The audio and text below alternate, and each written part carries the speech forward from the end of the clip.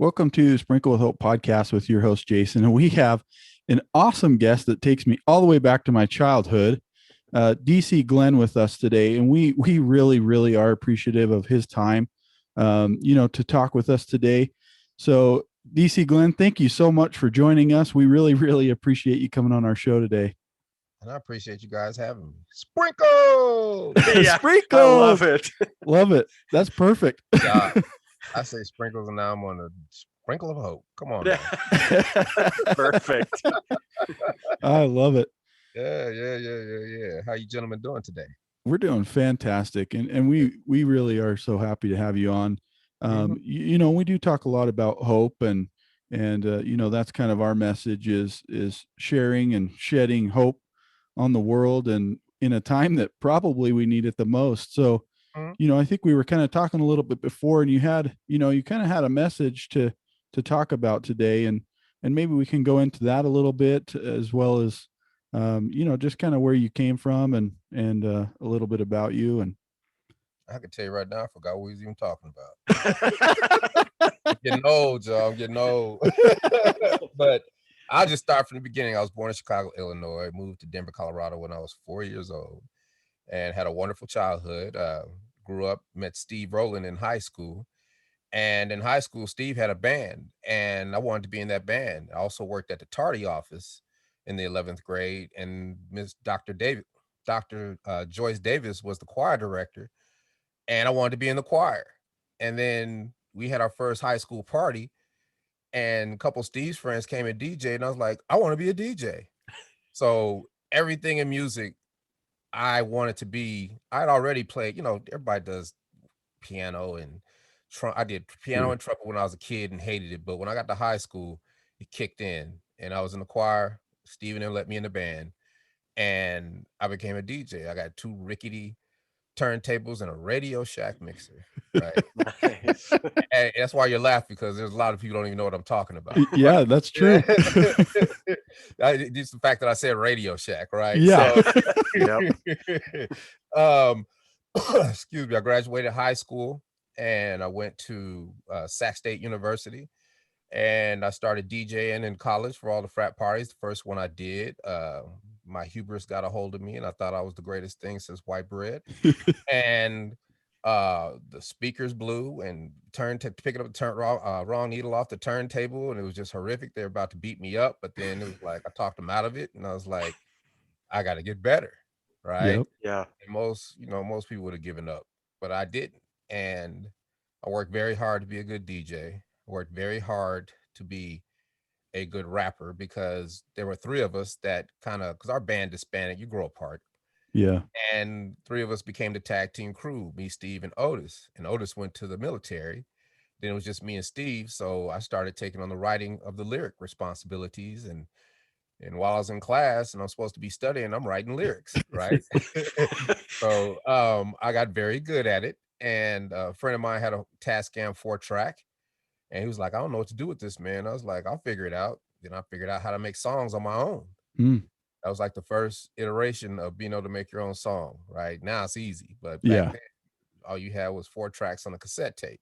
Mhm. And I started making songs and made about 10 songs, sent them to Steve, and he thought I was in the devil worship, because I was using everything I could to make a sound on a record, right? I was singing, I was, oh, yeah, and beating on pots and pans and playing the flute, all kind of stuff. But he got inspired, got him a 4-track, then we start making songs and send them back and forth to each other. We got better, right? And we kind of we merged into tag team.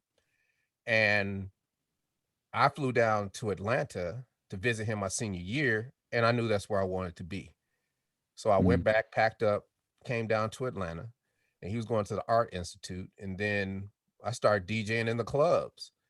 And, we kept making music. And because we're in the Southeast, it's a different form of music called bass, right? And I knew that we wouldn't be able to get out of the Southeast unless we made bass music. And I went to Steve, I was like, man, we got to make something up tempo. And he's like, I can't make this bass music, man. I was like, all you got to do is think Planet Rock, Egyptian Lover, because those are the records that were the essence of hip hop in the beginning of hip hop. And they were all up tempo. And he made a beat. And I had a song called Whoomp There It Is that I was working on. And Whoomp There Is like a party saying, throw your hands in the air, like waving like you just don't care.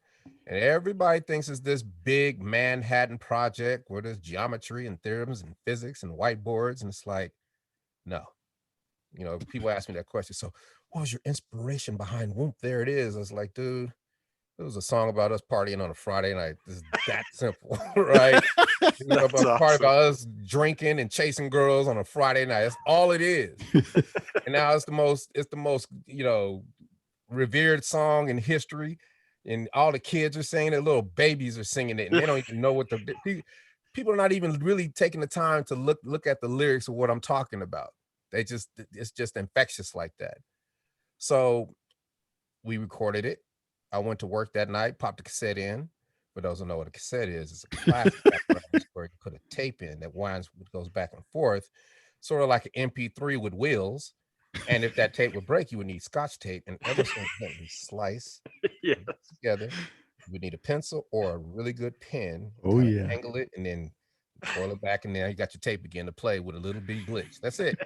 That's a cassette tape for those who don't know.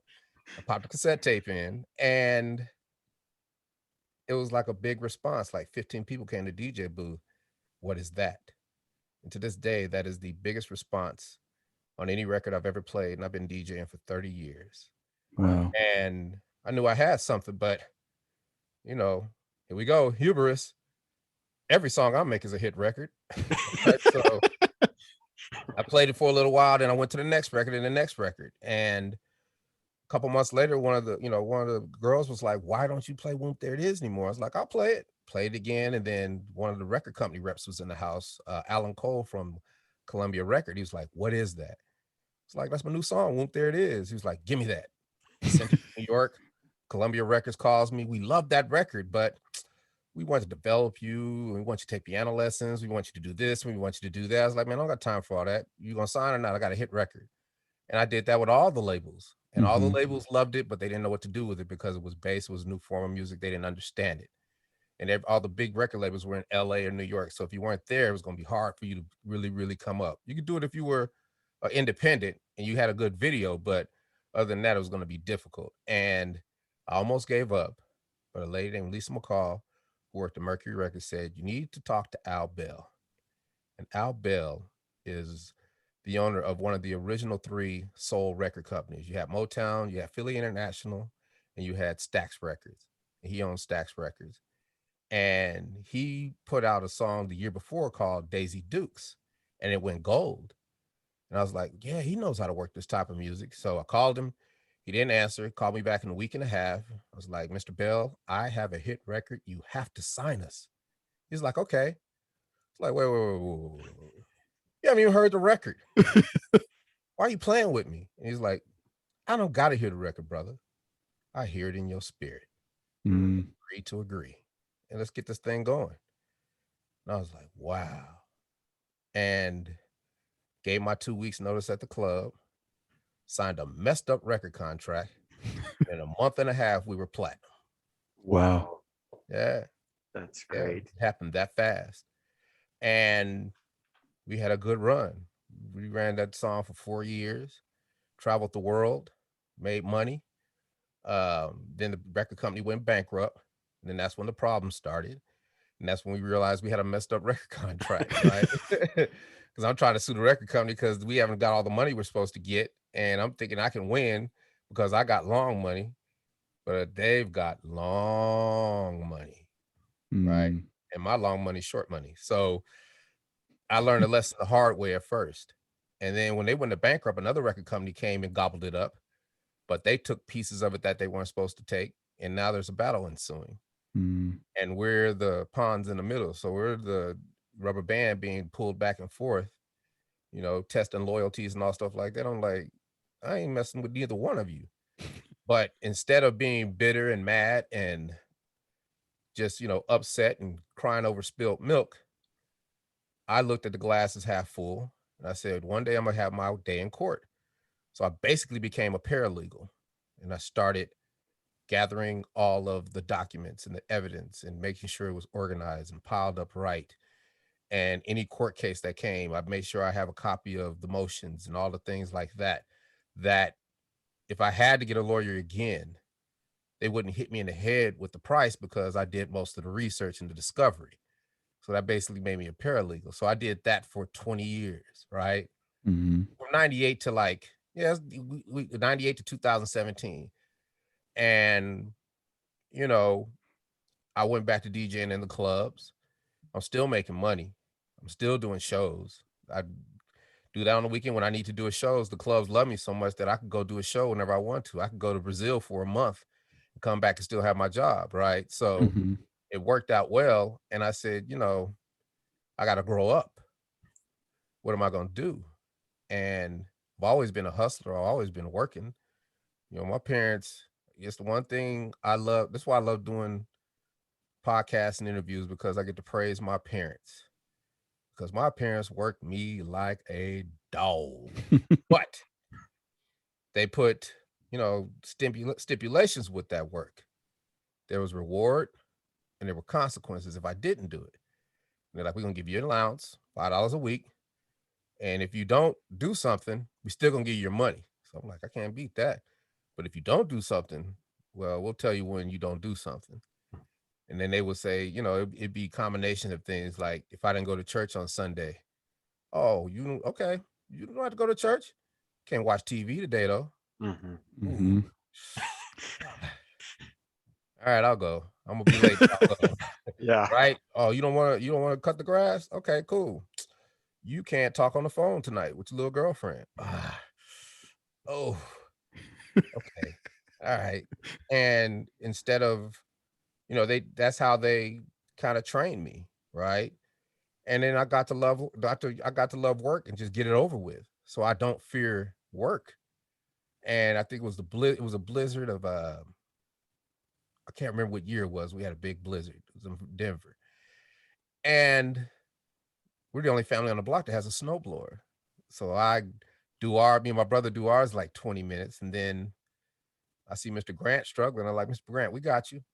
And we go do his. Then we just do the whole block because it was just like, might as well do the whole block because it was a blizzard.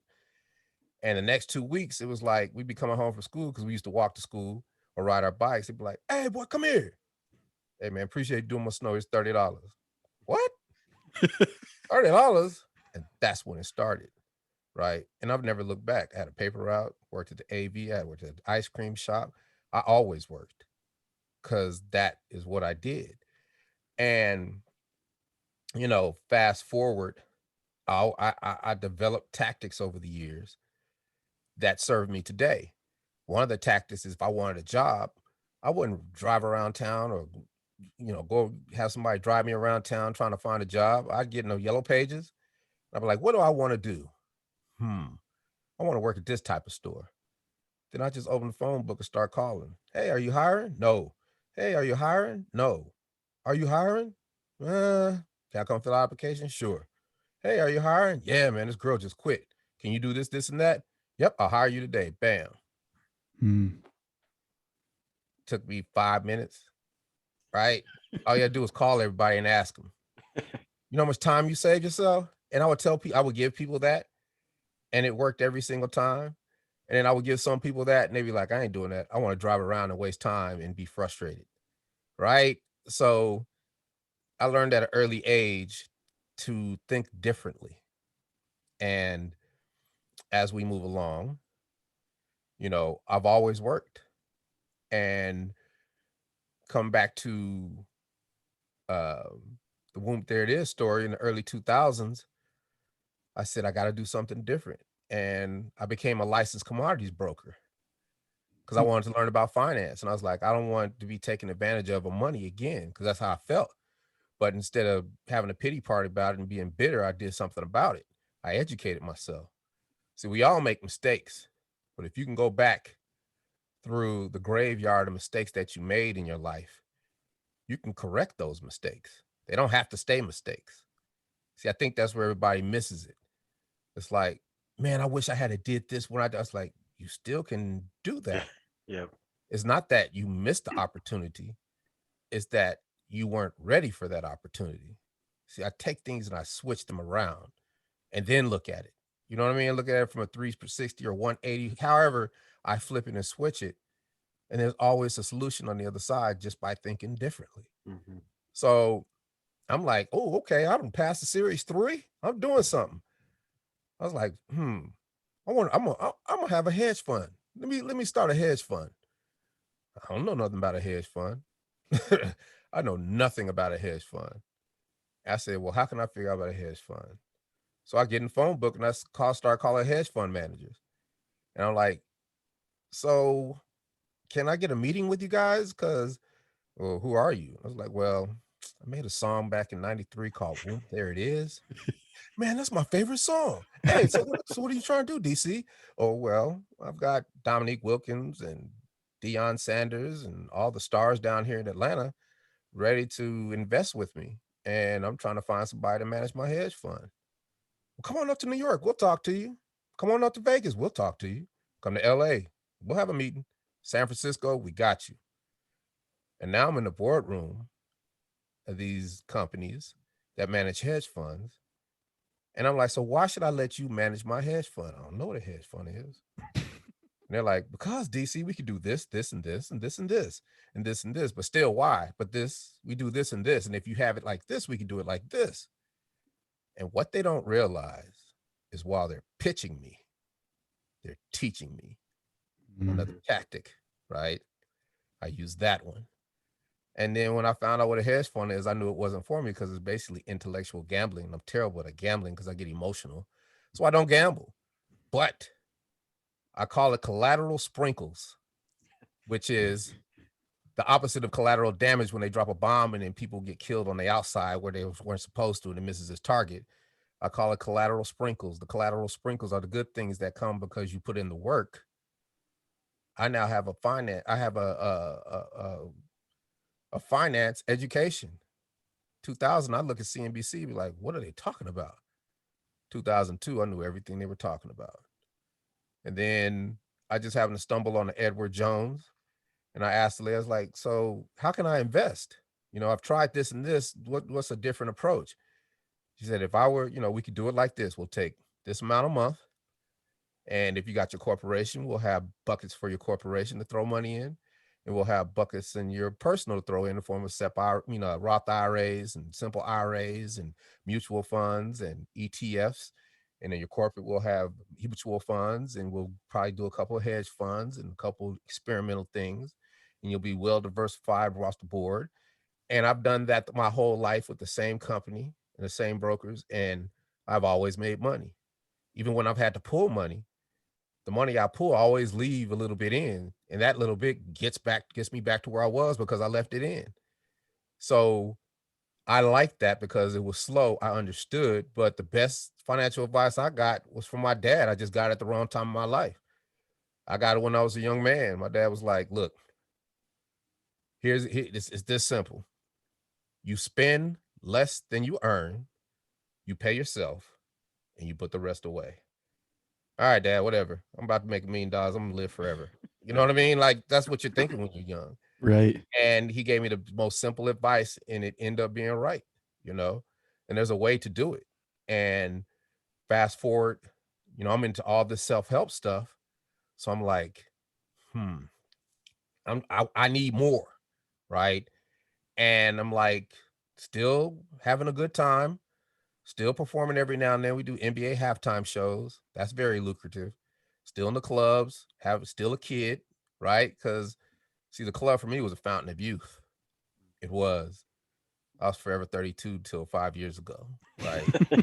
I'm 54 now. As soon as the 2 weeks after I left the club, I'd retired from the club, I turned to an old dude. I promise you. It was like, I hate that. I hate that. I hate that.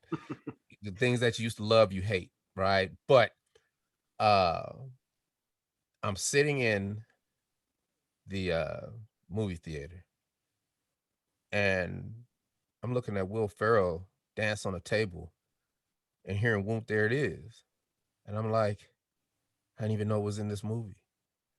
And I was like, it irked me, but it didn't just make me bitter or just make me freak out. It was just like, all right, you got to do something different. And I came to realization that Whoomp There It Is going to be an evergreen thing. And it's up to me to make money off of it forever. I will have a forever hit record. It's up to me to make the money off of it. Nobody's going to give me anything. It's up to me. So what are you going to do? So started self-help, trying to learn everything I could learn. And this one book, I don't know who the author is. I just remember the story. You know, he's like, I want to have a pie company. I don't know nothing about pies, so let me go work at a pie shop. Started as a busboy, came up, learned how to make the pies, quit, got his first pie shop. Then he got a pie company. Then he franchised it. Then he sold it for $1 billion. Oh, like $20 million, right, back then. And he called it getting in the corridor, right? So I'm at the club. I'm just like, learn about marketing. Learn about all the things you need to do to be self-sufficient, right? But use the club, be in the corridor.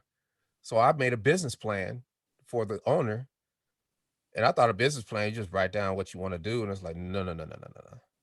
You got to know this. And then I'm like, what? I got to know numbers. I got to know what? But I did it, right? And I struggled and put that business plan together, bought a projector and a screen, went to this office and gave a PowerPoint presentation. And beautiful lady, Terry Fisher, she cut me a check for $25,000 and said, get started. Wow. And then, and it's a perfect lesson for people because you can't just be one thing, right? I'm not just a DJ. Yeah. I'm your light guy. I change your lights. I'm your sound guy. I get paid for that. I'm your marketing coordinator. And because I'm your marketing coordinator, I do your radio ads. I do your flyers. I do all your photography.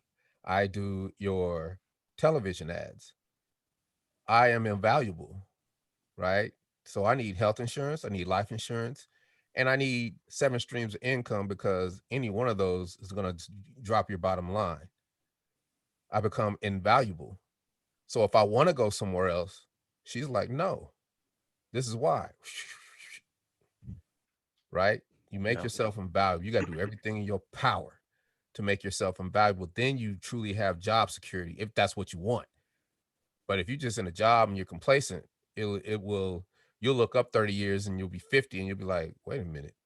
Like, was I in a time machine? What's going on here? Right. Yeah. And it worked. And I said, okay, now let me get good at voiceover because I'm cutting these radio spots, but I want to be good at this because I'm seeing other people make $1 million a year for doing this, movie trailers, all the stuff like that. So I start flying to New York and start flying to LA and start, training. And it was hard. And I'm like, these teachers don't know what they're doing because I'm not getting it. They're not teaching me right. Or, I don't know, because shoot. And it was not them, it was me. Because I just thought I could whoomp there it is my way through anything. Yeah. And it was like, no, you can't. You actually got to do the work. Right. Yeah. And it took a long time. And I did that for about 3 years. Then I found a coach in Atlanta and just kept working. But as that's going on, I'm learning how fashion photography. I'm going to LA to learn how to retouch. I'm going here to learn how to do this. I'm going here to learn how to do that. And they tell you as a young person when you're doing a whole bunch of things, man, don't be a jack of all trades, master of none.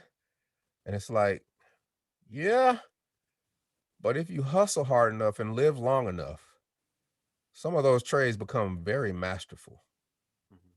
You gain mastery in them because you're doing them so many times, right? So it doesn't have to be the one thing that you do. Like I love photography, but I would hate for that to be my job, right? But I'm good at it, but I would hate to be my jobs, but I can make money here with that, money here with this, money here with that, money here with that, then it equals up, right? And,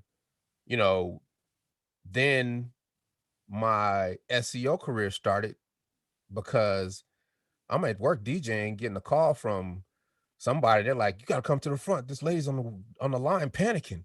She said, she got to talk to you. And I was like, man, which one of these girls I've been messing with that, what I done? Right. And I was like, you got to call me back in the morning.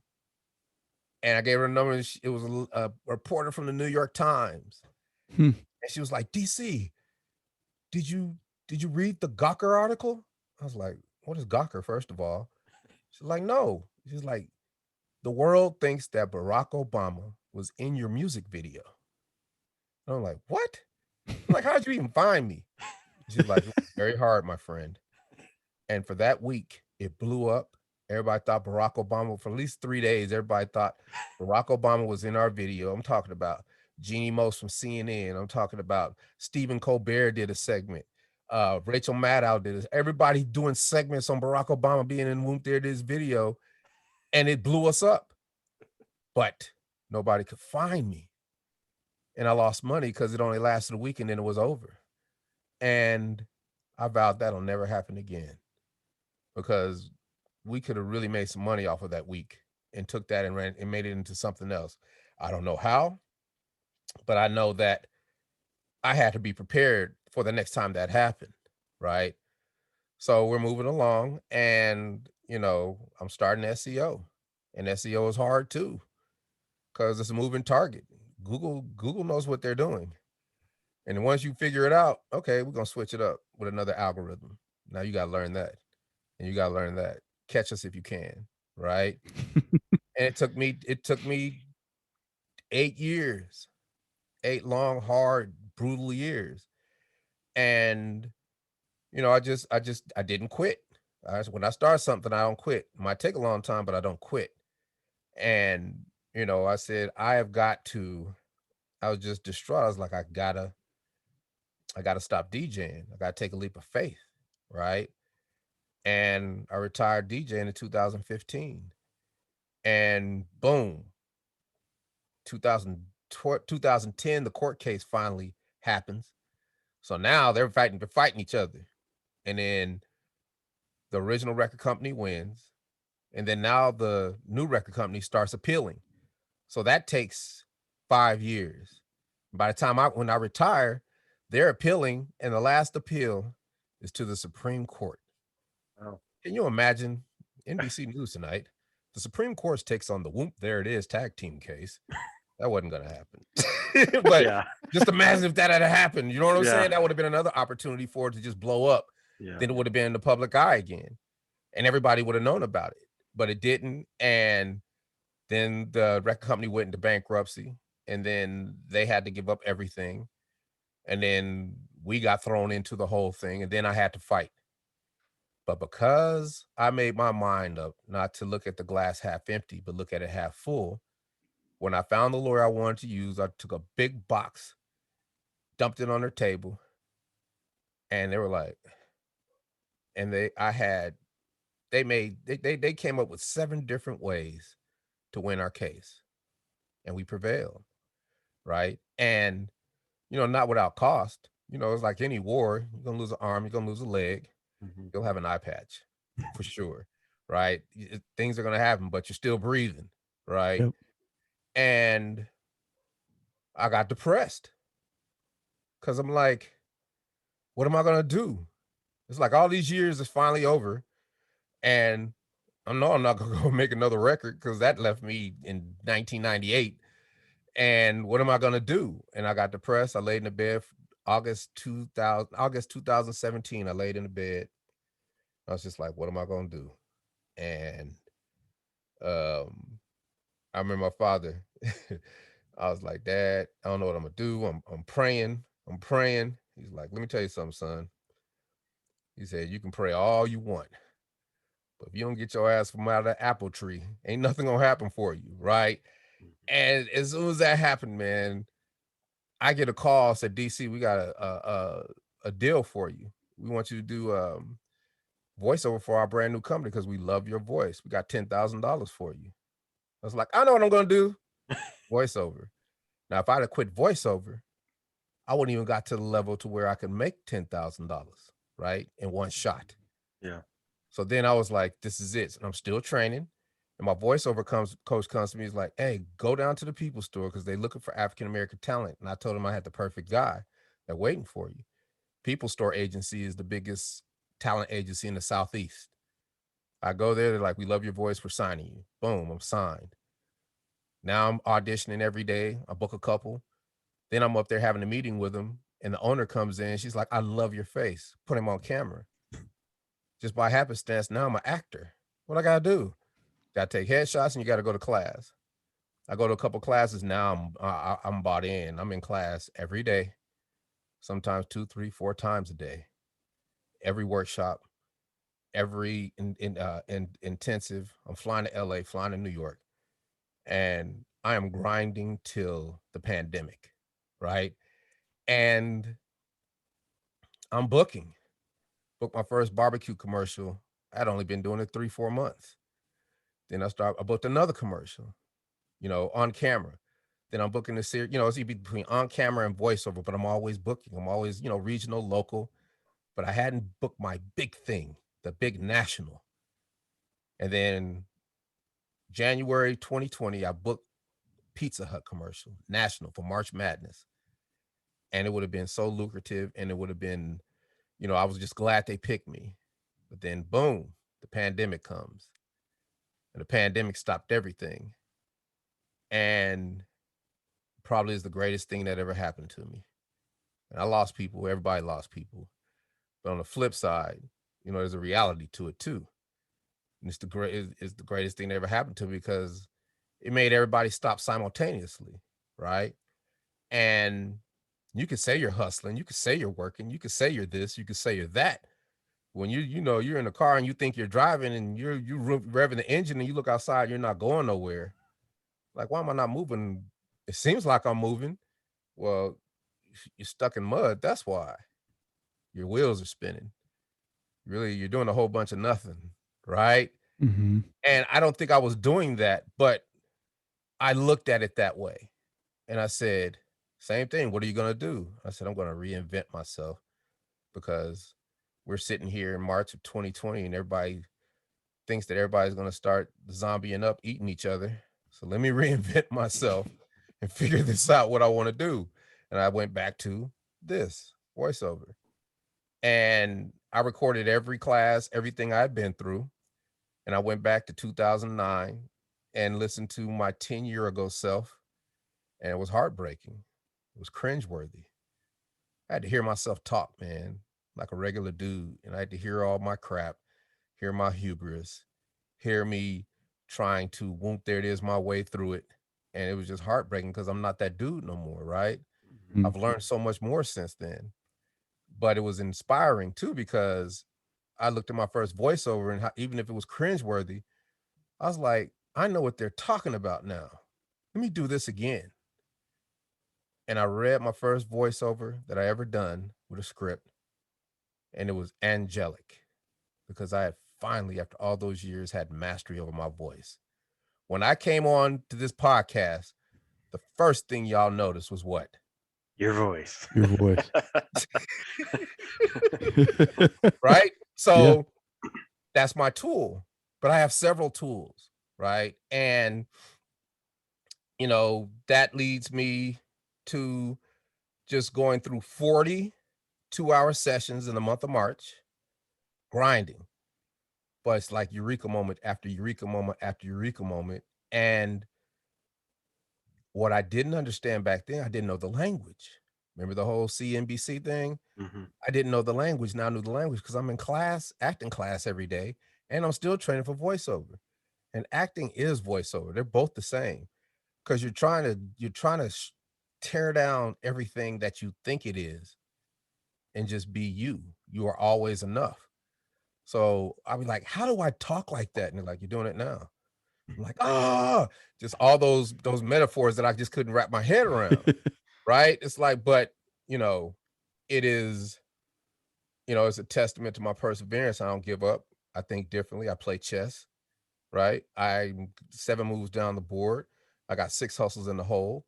And that's how I've always lived my life. And I'm just so much better for it. And in April, my acting coach, she calls me, says, hey, I'm casting this movie.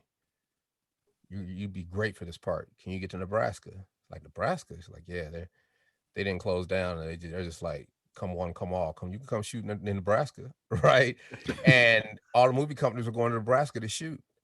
And shot my first movie ever after 2.5 years in a cornfield in Nebraska a year ago this month. Wow. And I just kept booking. I booked another movie a couple months later. I booked another commercial. I booked a Tyler Perry gig. I booked another voiceover. I'm the voice of Publix for all the groceries. And that was the holiday ice cream. And then here comes Publix. Here comes Geico. Yeah. Right. And this story is important because it goes back to everything. My agent calls me and says, "You booked a Geico commercial." And I'm like, man, don't play with me. Once again, don't play with me. Don't play with my emotions. Please don't play with my emotions. I said, I didn't even audition for a Geico commercial. What are you talking about? Wrong actor. You called the wrong dude. DC. Geico said they wanted tag team. I was like, whoa, wait a minute, tag team. Uh-oh. That means, oh no, they called the tag team phone. Because now I have the website up. And in 2011, when everybody was tripping on Barack Obama being in our video, you type in tag team, it was all wrestling. But you type in tag team today, it's all tag team. You can get to me, you can find me. And Geico calls me, I don't answer the phone. They go to my IMDb, which is my actors portal, call my agent. My agent calls me, we secure a deal because I let my agent deal with it instead of going to get lawyers and all that, because they are my representation. And it's the most lucrative deal I've ever made in my life. And it was so seamless and flawless because of all the preparation I had been throughout my life for this very moment. Yep. And everybody's like, "Are you happy? I was like, I was happy the first 2 days, but now it's time to go to work. Now it's time to be an actor. Now I could have been like, I'm just going to show up to set. They'll know what they want me to do. I'm in 100%. I want to prepare 10 things that I want to be in this commercial. Right? One, it's this thing right here. Spin and scoop, right? Yeah. Yeah. I didn't mean to hypnotize y'all real quick. But that was my first one. And I couldn't find anybody to make it, right? I said, I know kids love sprinkles. So I want to do sprinkles. Salt Bay, LeBron James comes to the score table, throws up the chalk. That's sprinkles. We can have a sprinkle fight, whatever. Sprinkles got to be in it. And then we do this little dance in the Southeast, all the bass artists. So the whole Southeast would have been like, man, they represented the Southeast, man. That's beautiful. There would have been, there's loyalty built on things like that, right? And then the other actors were beautiful. And we have our production meeting. And I have a couple like 5 things I want to do. You want mind hearing some ideas? They're like, DC, whatever you want to do. Because they're not only producer and director, but they're fans. So they're like, whatever you guys want to do, we do. And I'm like, cool. I said, I tried to make a spin and scoop, but I couldn't find anybody to fabricate it. It'll be done tomorrow. What? Okay. I get on set, it's done. And it was this. It was a scoop with a key ring drilled in the side. That's simple. And I was treating it like a rocket science project. And we had such a ball that day. It was so much energy. It was so fun. It was passionate because of the preparation, right? You prepared for that. I wanted to bring the essence of, my childhood to it. When my father used to make us ice cream, he'd put the eggs and the milk and the sugar and the vanilla. And then we had to prepare the cylinder and the ice with the rock salt in it and the big wooden crank. And my brother would turn 5 and I would turn 5. In 20 minutes, 2 little kids had ice cream that they had made themselves. I wanted to bring that to it. And I did. And we shot it. It was over. I was like, okay, cool. But now I'm like, you're not going to be able to do shows. We're in a pandemic. That's the gravy of Geico commercials. Salt and Pepper did theirs in 2014. They didn't stop touring till the pandemic. We don't have that option. But me being who I am, I'm going to take these lemons. I'm going to make me a lemonade corporation. I am going to franchise it, and I'm going to sell it for $1 billion. That is my mindset. And I said, I'm going to blow me up. I'm going to blow the acting up. Everything that I do, all my little hustles, I'm going to blow them up like they're all companies themselves. I need a publicist. So I go to try to find a publicist. They're like, well, we don't know how to do you guys. We don't know what to do because you guys are a rap group. It's not like a movie career. We usually do a junket where you go around robbing in New York, but you don't. And it's like, thank you. I appreciate you. I don't know if they were being lazy, didn't want to spend my money, or just didn't want to deal with the project. But I said, thank you. But that wasn't going to stop me. So every time this happens, there's another tactic. I join an organization or a society. Organizations and societies are filled with professionals in a certain field, and they are devoted to their field and their profession. They're devoted to the mastery of it. And they've been doing it 10, 20, 30, 40 years. And they're all in an organization to make the profession better and to help the people that want to be in their profession better. Every profession has it. Some have 15, some have 5, some have 2. I joined the Public Relations Society of America. And 2 days in, I'm on a Zoom call with this big CEO of this PR firm. And I've done my due diligence. I don't put press releases together. I've done the groundwork. But I want to know what's effective, what's not. So I raised my hand and said, are press releases effective still? Because everybody's telling me, man, press releases didn't work for me. They didn't work for me neither. They didn't work for me. I was like, man, I ain't listening to y'all. Y'all gave up. I know press release work. You just got to have something that you need to talk. You can't have nothing that's boring and be like, okay, everybody's going to pick up my press release and I'm going to be rich. Don't work like that. Right. But I asked, I was like, are they relevant? It's like, well, what's it for? I was like, well, I'm kind of featured in a national Geico commercial called Scoop. There it is. Make sure to say it slow. Scoop. There it is. I'm looking at the chat. Wait a minute. That can't be that dude. Oh my God, it is. I love that commercial. Man, that's the greatest commercial.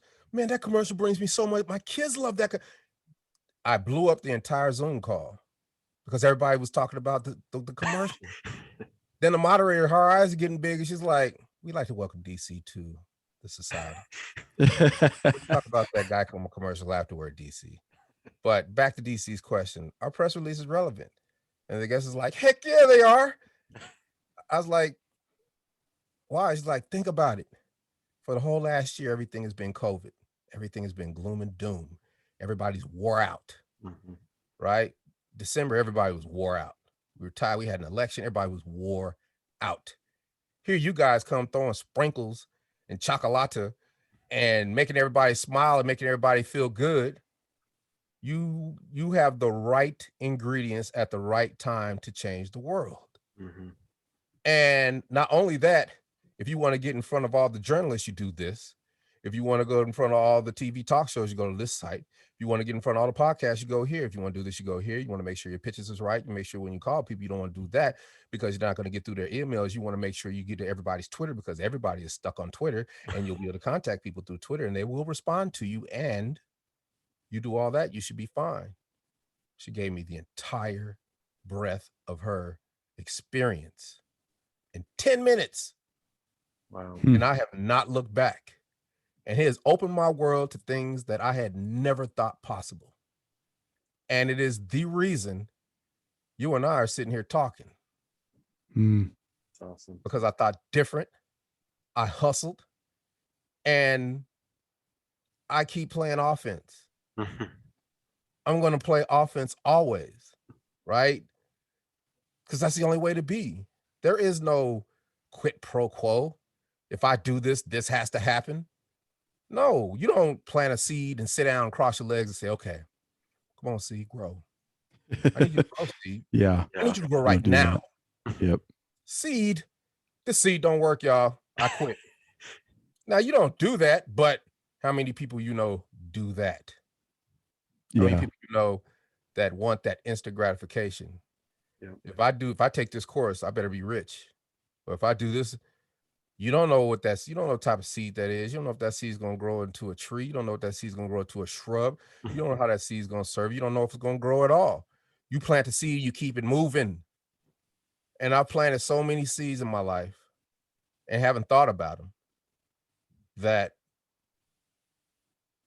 they've all grown and I stand before you in a forced opportunity. Like I am in a garden of everything. There's so many things hitting me in the head right now. There's like 4 things right now I wish I could talk to you guys about, but I can't because I signed a non-disclosure agreement. Right? It's like my world is opened up in a way. That's why I do 5 or 6 of these a day. Yeah. Because and this is what we were talking about at the beginning. I love doing these because it holds me accountable, because there's no way I can sit here and talk all this crap that I've been talking to y'all and I don't live by it. Yeah. Yeah. And I'm the manifestation of it. And you guys are looking at it on TV. You're hearing it on the radio. You're seeing it everywhere. This Sunday, I am the grand, wait a minute, how did I say that? I'm about to say the Grand Admiral, but that's not it. I am the Grand Marshal of the Geico Talladega 500. Wow. That's awesome. That is awesome. What are the odds, right? Wow. Yeah. Seriously. You know, because I'm represented by Geico. Because Geico, you know, and these are more tactics, right? So now I'm using all my tactics, all my hustles, because when I was young, I was like this. Everybody's like, you got tentacles everywhere. That's not going to work.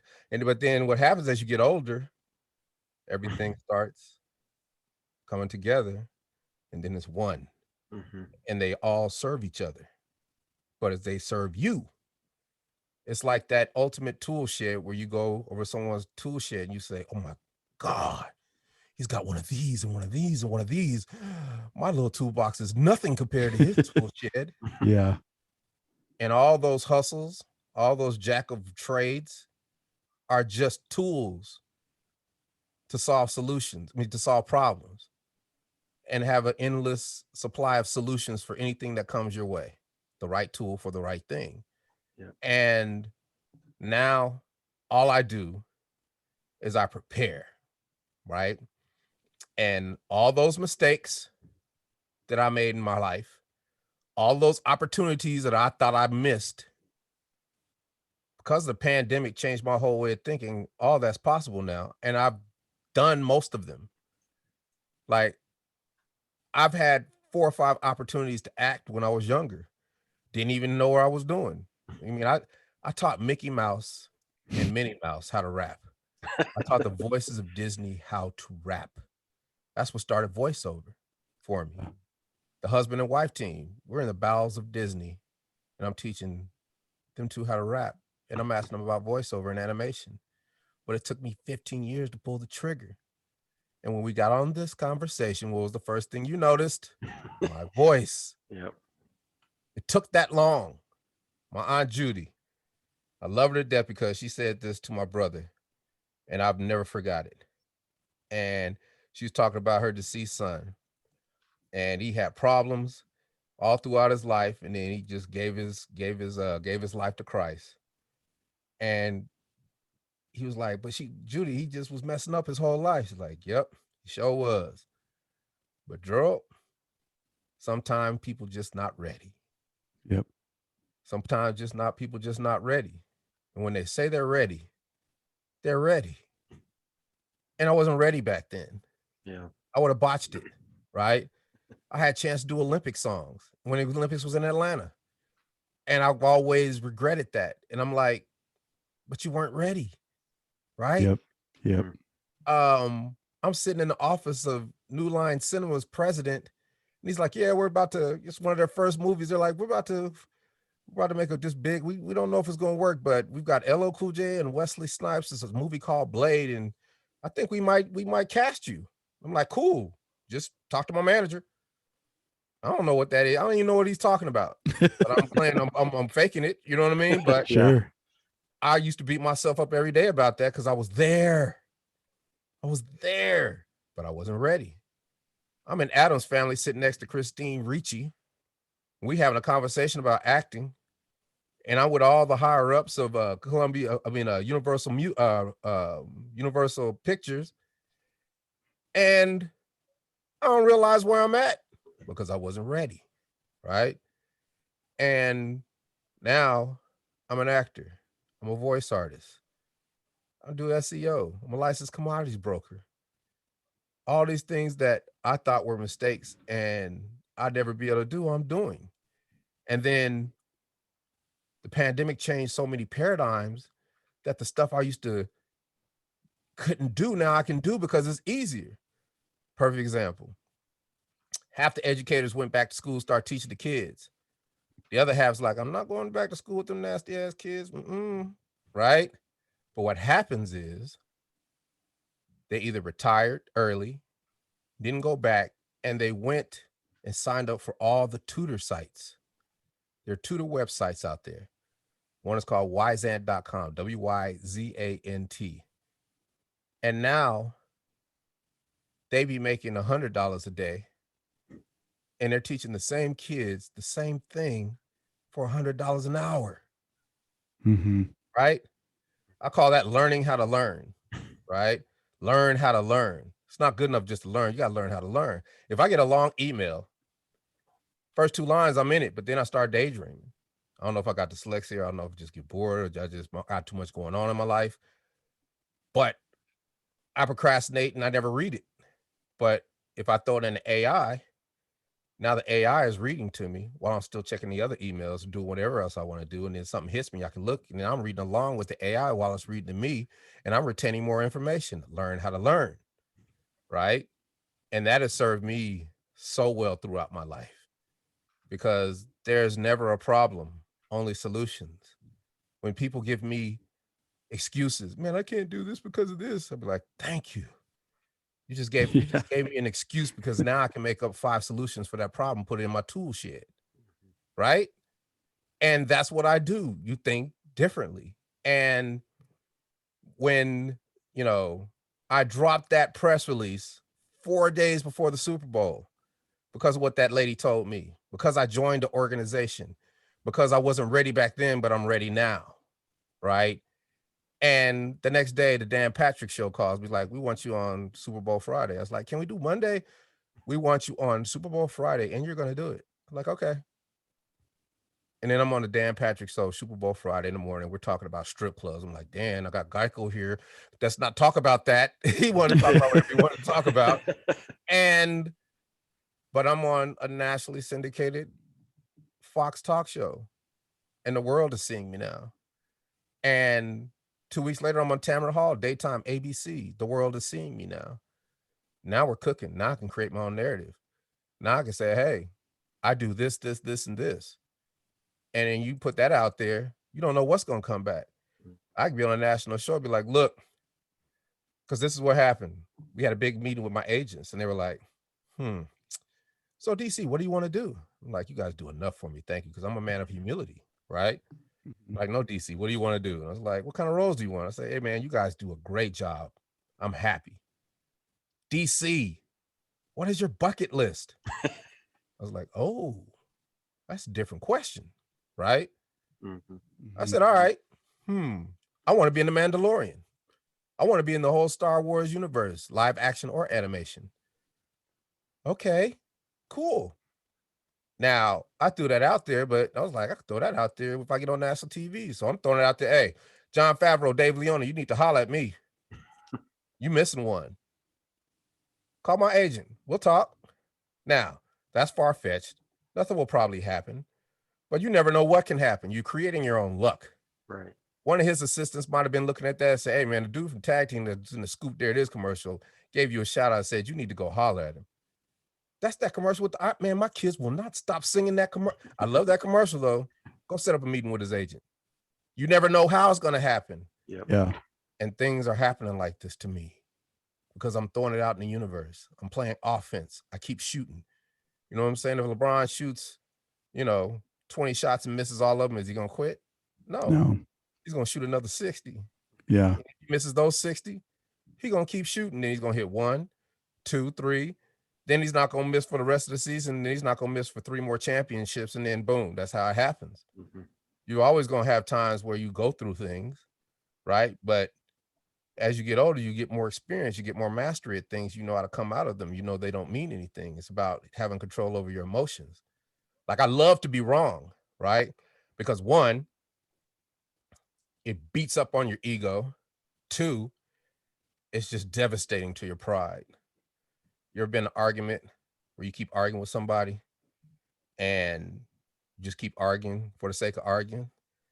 We've all been there. But you know people that do it to this day. I stopped doing it 20 years ago, but you know people that do it and love doing it and keep going down the rabbit hole. Not me. I'm like, okay, you're right. But I'll let them talk. And it hurts my ego to be wrong. It hurts my pride to be wrong, but also being wrong is the path to being right, Mm-hmm. because you'll never do that again. You'll never think that way again. And while they're arguing one way into a rabbit hole, now they're stuck in that rabbit hole because they actually believe the stuff that they've been arguing with you about. And then it gets worse and worse and worse and worse. But you keep growing and growing and growing because you can get out of yourself, get by your ego, get by your pride, and learn things and switch them around, and they become fuel for you. I've just been able to take any emotion, and negative emotion, envy, anger, hatred, suffering, despair, sadness, put it in my pocket. Don't react, put it in my pocket and use it as fuel for later. So if I got an audition in a little while and I need to be sad, I could pull out my pocket and I'm there because I witnessed that sadness. And instead of me becoming a character or a caricature, the character now is me. Mm-hmm. And that's more believable. Yeah. And that's what acting is. That's what voiceover is. And that's what life is, right? Yep.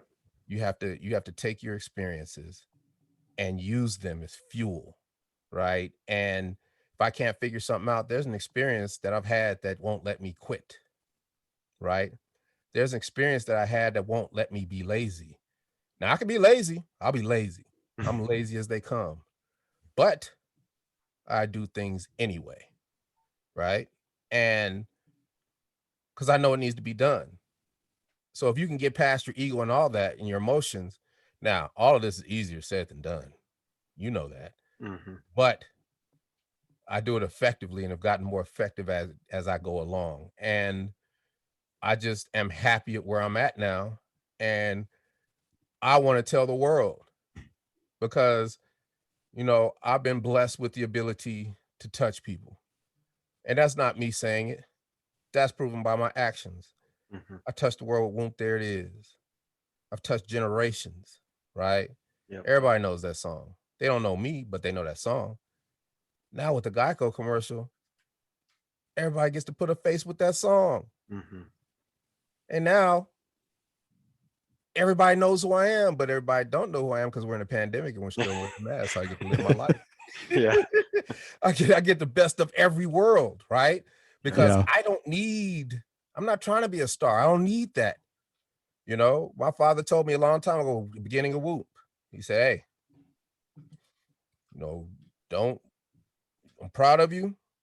But when I was young, all my friends had Cadillacs and they was in the streets and had all the pretty girls. And my mom was like, you gonna go to school, boy. And I went to school, I suffered, and now I got the Cadillacs and they all broke. Yeah. Right. Hey, DC. So we need to wrap this up. We just got the guest on. Sorry. So you're good. I've really enjoyed, hearing awesome. your story. It's really been insightful. I got to start asking people how much time we got. I love it. I'll go. We'll be in rush hour by the time I get done. You're good. I appreciate it because I know there's, I know I got things to say and it's all analogies on how to move forward in life, and that you're never too old, you're never too nothing to do what you want to do, and your dreams can come true. Yeah. And never stop. Just keep pushing. Yeah. That's I like that. I like the, the thought process that you've talked about, and, just always moving forward. And for that, I appreciate your words today. So, hey man, I was happy to be here. And I thank you guys for letting me talk because I learn more through talking to people. Right? Yep. So I said in the beginning, we're just having a conversation. I've learned so much more, and thank you. Yeah. Thank you so much, DC, for your time. All Best right. wishes to you and definitely. family. I'll be back. Yeah. Please. I'll have a whole bunch more to talk about next time, but then that's right. 2 hours aside. We'll do it beforehand. Absolutely. You guys take care, man. Thank you. You too. Thank you. All right. Thank you.